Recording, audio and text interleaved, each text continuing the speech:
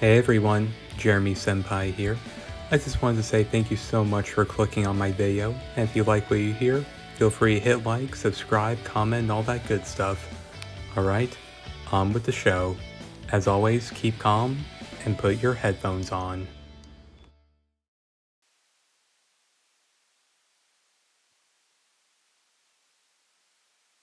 Hey there, how's it going? Oh, no need to mind me. I just had my fill of the party for now. So, I made a nice little campfire for myself right over here. You thirsty? I managed to save a cooler for myself, and I'm sure that there's still plenty of drinks, so help yourself. What brings me all the way out here, huh? Well, follow the firelight and take a rest if you're weary. It's a cold night, so no need to be leery. Better sit tight, 'cause I want to tell you a story. It's bound to leave more than a fright. Oh, nothing. It's something from a it's something from a song I heard once. Anyway, I'm not much for the whole big partying. And besides, it's kind of nice out here all by itself, you know? But you really have to admire the nerve of some of these kids partying all the way out here in the middle of nowhere, especially in these woods, after everything that happened here. What do I mean? Well, it's funny that you ask that. If I didn't know better, and there's a good chance I don't, you would almost think that this whole state and even some of the surrounding cities might actually have some kind of curse on it. But that's a conspiracy for another day. I'll just stick with whatever's immediate. Oh, now I've piqued your interest, have I? That's good.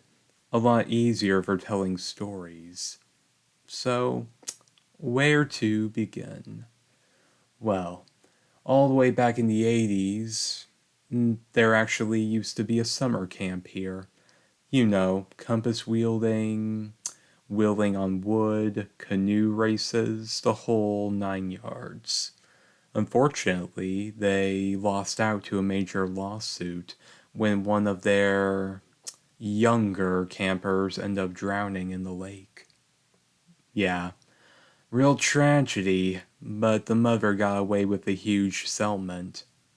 Of course, that didn't stop teenagers from coming all this way to come hook up and whatnot. And yet, for some reason, whenever they come to this little bygone lover's lane, all but one of them ends up surviving. And very interestingly, it's almost always a girl. Almost like it's some sort of cliche or something. Oh, yes, that is pretty bad. But it gets worse. Oh, much worse. You know you're welcome to walk away if this is feeling uneasy for you. Glad to hear it. A little more up the way, in a small town, I think, to the north, some kids apparently started having nightmares and such. Well, that's the thing right there. Oh, yes, full on nightmares. According to the surviving witnesses, nightmares apparently doesn't do the term justice. It looked like they were having full on seizures. And it was so bad that every one of the teenagers ended up getting admitted to a mental hospital. Apparently, they would tell the docs all the same thing, that a burned man with blades for fingers was hunting them in their dreams. What did they do? Well, you know how docs can be. Take two of these and I'll check on you in the morning. Sadly, very sadly, he never got the chance. Every one of his patients, or should I say the patients that had those nightmares, end up dying the following morning. And what's very interesting is the fact every one of them had slash marks on their bodies. Yep, 4 blades. Or, no, it was 5. 5 blades across their bodies as if someone raked them with some sort of claw. Or like they were attacked by some sort of feral animal. No, the hospital no, couldn't pull up any leads. Neither could the investigators. As far as they were concerned, nobody but the hospital staff entered their rooms. They were just dead the next morning.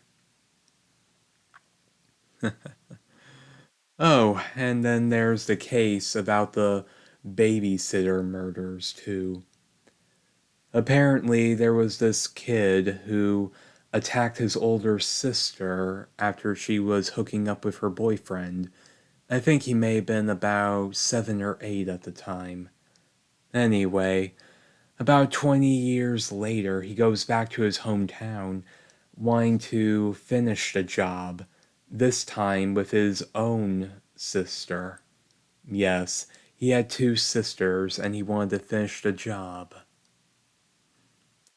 Oh no, he didn't get her. He was shot to death by his doctor before that happened. But he did manage to get every one of her friends. Oh, and then there's the other one, somewhere in a town to the east. Babysitter was watching these 2 kids, but they were asleep for most of the night. And the whole time she kept receiving a phone call. Ring, ring, ring. Have you checked the children? Ring, ring, ring. Have you checked the children? Ring, ring, ring. Why haven't you checked the children? Granted, this was back in the 70s, where we didn't have the luxury of phones. And wouldn't you know it, we don't even have a signal all the way out here.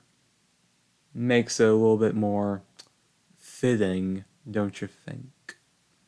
Anyway, eventually the babysitter, she starts to get a little angsty, calls the police, and the best advice they can give her is keep him on the line for a minute so we can trace the call. Yes, like I said, this was back in the 70s where tracers were a lot different. Nowadays, I think you need like 10 seconds and you can trace somebody if you're good enough. Makes things a little inconvenient if you ask me. Anyway, she manages to get the creep on the line long enough, only for the operator to call back. The calls were coming from inside the house the whole time. She manages to get out just in time. Unfortunately, same can be said for the children. Oh, now I've got you intrigued, have I? I'm so happy to hear that, because I can promise you, it only gets better from here. Apparently, during the 90s, there were a group of kids that had a similar thing to the whole nightmare thing. But for them, apparently it was happening while they were awake, claiming that some sort of evil clown was stalking them, bringing their worst fears to life. Well, you know, kids will be kids. And the parents all claim that they never saw anything. But then again, what good are parents and the police for? showing up after the fact and after the damage is done. Really like talking with you, you know. You make things easy to talk to, almost like a confidant or a long lost friend. Oh, you don't recognize me? No, I'm afraid I don't go to your school. I'm just back in town for a little bit. What bit? Well, you know, a few accounts to set right. Everybody has a lesson to learn, and I guess you can say I'm the one to give the lessons. Oh, and I haven't even gotten to the real juicy stuff yet. Did you. Hmm? Oh, you want to know a little bit more about me? Sure, I've got a little bit more time before I need to get to work. Well, I guess you can say I work at night. Oh no, I moved here about a month ago after going from place to place for a little while. Bottom line, I basically came back here, moved here about a month ago after squatting here and there. Well, now, tell me a little bit more about you. What brings you all the way out here? Oh, I see. Your college was throwing a party and you were invited. That's cool. That explains a lot. It always seems like teenagers, especially college kids, and high school kids too, I guess, they always go out of their way to party or look for an excuse to party. Definitely makes things easier for me. And don't get the wrong idea, but I think I've got time for one last story. Let's see. Oh, now this one's a killer. Did you hear the one about the nut who escaped from the mental hospital? You haven't? How could you miss it?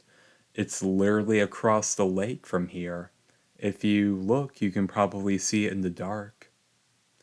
Yeah, apparently, with all the bad publicity, these woods, all these acres have accumulated over the decades. Apparently, the landowners just sold it to the government one day. I think they actually got like a legal grant or something. But anyway, and the government decided to build an asylum for the criminally insane all the way out here. I guess they figured being a few dozen miles away from the nearest city was the safest that they could hope for. And let me tell you, a lot of crazy stuff apparently goes on there, or at least that's what the rumors say. Daily electroshocks, lobotomies, soliciting out the inmates, and apparently it's all legit. Apparently the docs and the staff, they all get paid so handsomely that they can just look the other way when it comes to some things. I even heard a rumor about some politician. His younger sister apparently had bipolar disease, and he was so ashamed of it that he had her committed. I hear that the poor thing finally gave out from all the shocks and all the drugs. Kind of a tragedy when you think about it. Of course, that didn't stop him from painting it as an accident. It really is a shame when you think about it. More ashamed of. He was more ashamed of his reputation that his sister is mentally ill than he was with giving her the help she needed. But anyway, I do think that we've been here long enough, and I have to say, I really, really do like talking to you. You just have this face that makes it so easy for me to just be open with you. So, you know what? I'm gonna do you a favor. I'm gonna give you a 5 minute head start. And I'm gonna try to save you for last. What am I talking about? Oh, just that I need to get to work, like I said before.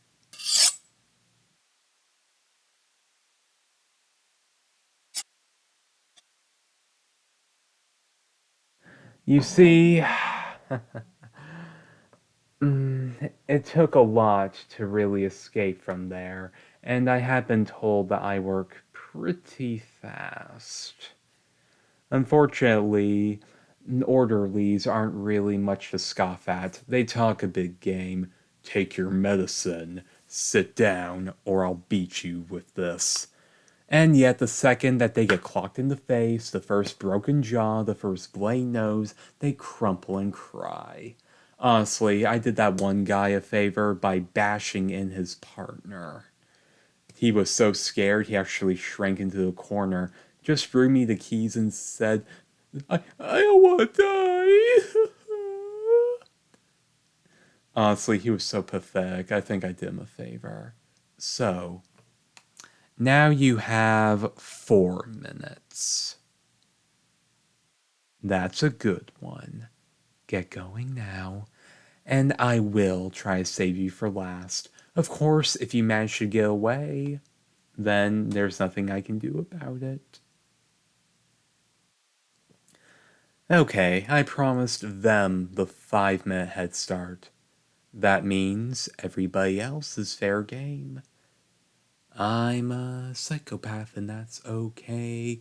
Hide the bodies in the numerous ways. I'm a psychopath and that's okay.